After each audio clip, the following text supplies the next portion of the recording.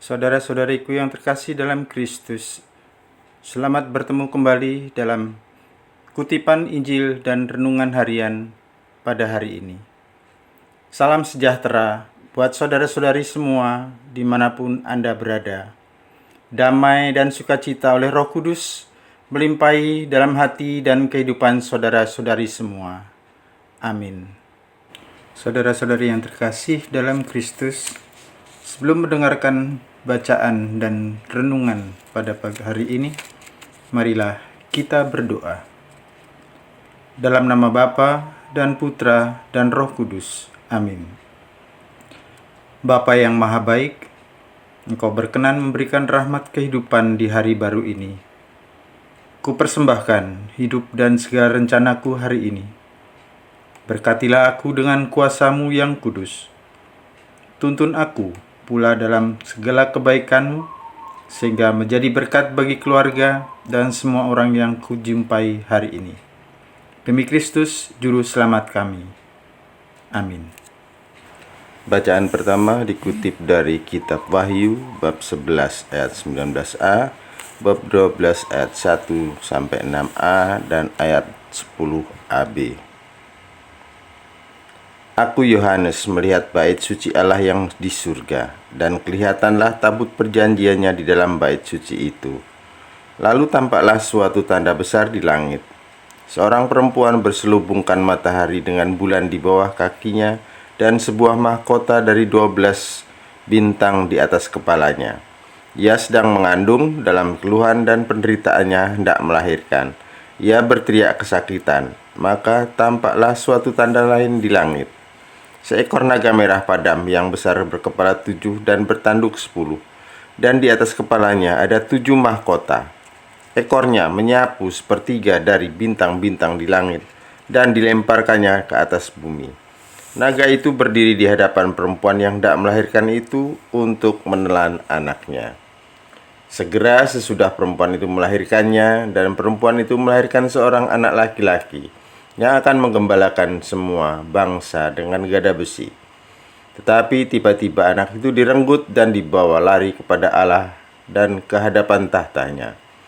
Lalu perempuan itu lari ke padang gurun, di mana Allah telah menyediakan suatu tempat baginya. Kemudian aku mendengar suara yang nyaring di surga. Sekarang telah tiba keselamatan, kuasa dan pemerintahan Allah kita. Sekarang telah tiba kekuasaan Dia yang diurapi Allah, sebab para pendakwa yang siang malam hendak saudara-saudara kita di hadapan Allah telah dilemparkan ke bawah. Demikianlah sabda Tuhan. Syukur kepada Allah. Mazmur tanggapan. Di sebelah kananmu berdiri permaisuri, berpakaian emas dari Ofir. Refrain. Di sebelah kananmu berdiri permaisuri, berpakaian emas dari Ofir. Dengarlah, hei putri, lihatlah dan sendengkanlah telingamu. Lupakanlah bangsamu dan seluruh isi rumah ayahmu. Biarlah raja menjadi bergairah karena keelokanmu, sebab dialah Tuanmu, sujudlah kepadanya. Refrain. Di sebelah kananmu berdiri permaisuri, berpakaian emas dari Ofir. Dengan sukacita dan sorak-sorai, mereka dibawa. Mereka masuk dalam istana raja. Refrain. Di sebelah kanan berdiri permaisuri, berpakaian emas dari Ofir. Bacaan kedua dikutip dari surat pertama Rasul Paulus kepada jemaat di Korintus. Saudara-saudara, Kristus telah dibangkitkan dari antara orang mati sebagai yang sulung dari orang-orang yang telah meninggal. Sebab sama seperti maut datang karena satu orang manusia, demikian juga dibangkitkan orang mati datang karena satu orang manusia. Karena sama-sama seperti seorang mati dalam persekutuan dengan Adam, demikian pula semua orang akan dihidupkan kembali dalam persekutuan dengan Kristus. Tetapi tiap-tiap orang menurut urutannya. Kristus sebagai buah sulung, sesudah itu mereka yang menjadi miliknya pada waktu kedatangannya. Kemudian tibalah kesudahan, yaitu bila mana Kristus menyerahkan kerajaan kepada Allah Bapa, sesudah Ia membinasakan segala pemerintahan, kekuasaan, dan kekuatan. Karena Kristus harus memegang pemerintahan sebagai Raja sampai Allah meletakkan semua musuhnya di bawah kakinya. Musuh terakhir yang Ia binasakan ialah maut. Demikianlah sabda Tuhan. Syukur kepada Allah. Haleluya, haleluya, haleluya, haleluya. Maria diangkat ke surga, para malaikat bersuka cita. Haleluya, haleluya.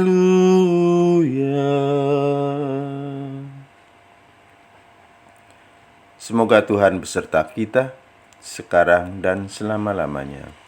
Inilah Injil suci menurut Lukas bab 1 ayat 39 sampai ayat 56. Dimuliakanlah Tuhan.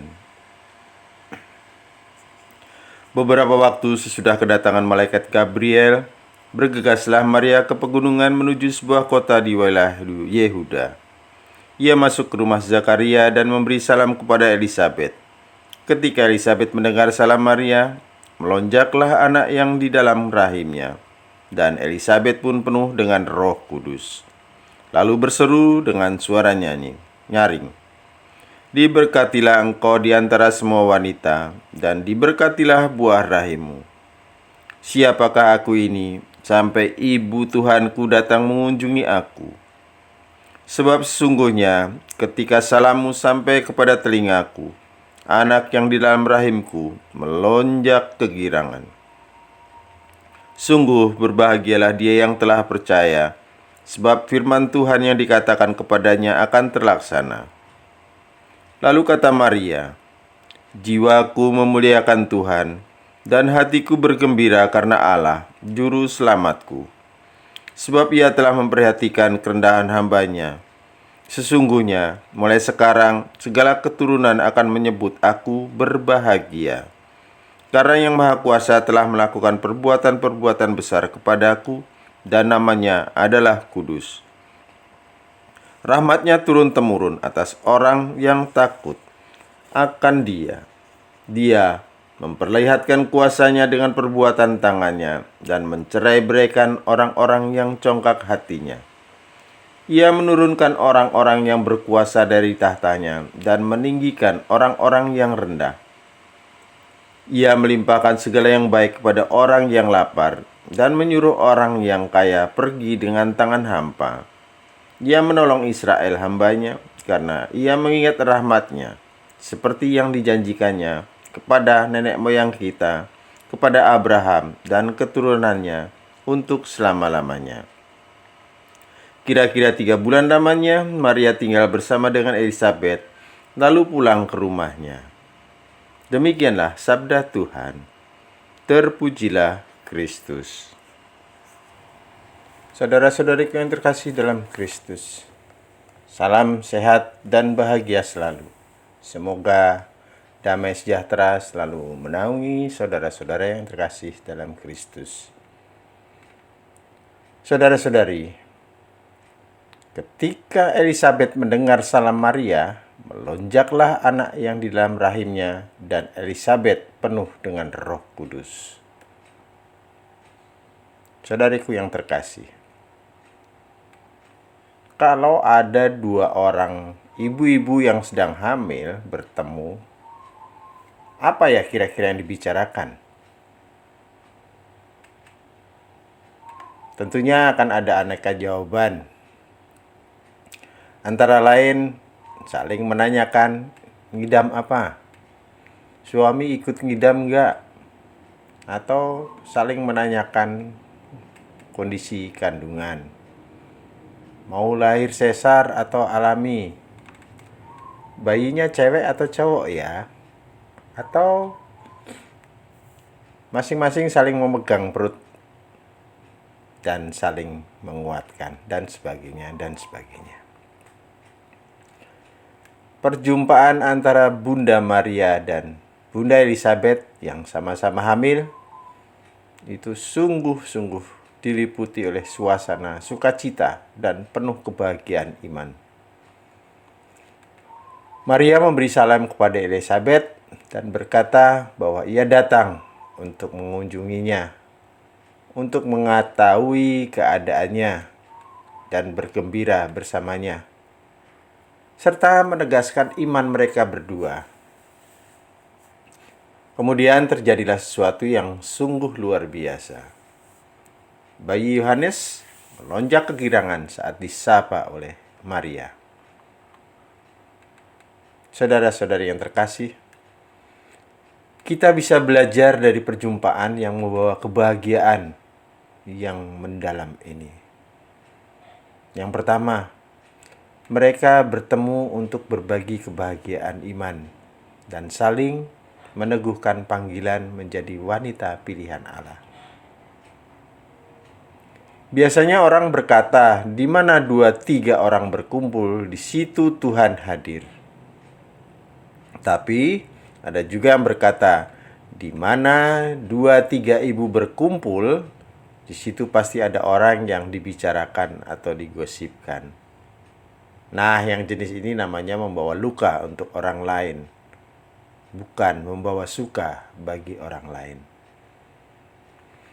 Yang kedua, perjumpaan itu membawa kebahagiaan karena Maria membawa Yesus dalam rahimnya dan membawa Elizabeth dan Yohanes begitu bersukacita.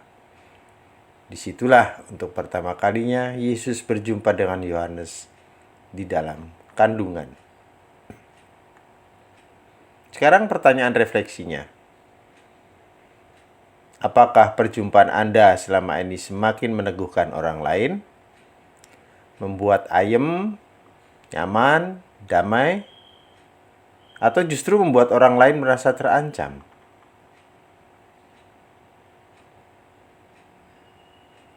Saudara-saudari yang terkasih, mari kita semua berdoa agar para wanita yang sedang hamil dan sang janin diberi kesehatan. Dan semoga sang ibu bisa melahirkan dengan turas, metu dengan waras. Dan semoga Pak Sutri yang sedang merindukan momongan diberkati dan segera diberi keturunan dalam hidup perkawinannya. Bagi Tuhan tak ada yang mustahil. Tetap semangat, selamat berkarya, berkah dalam. Tuhan memberkati. Amin. Kemuliaan kepada Bapa dan Putra dan Roh Kudus, seperti pada permulaan, sekarang, selalu, dan sepanjang segala abad. Amin. Dalam nama Bapa dan Putra dan Roh Kudus. Amin.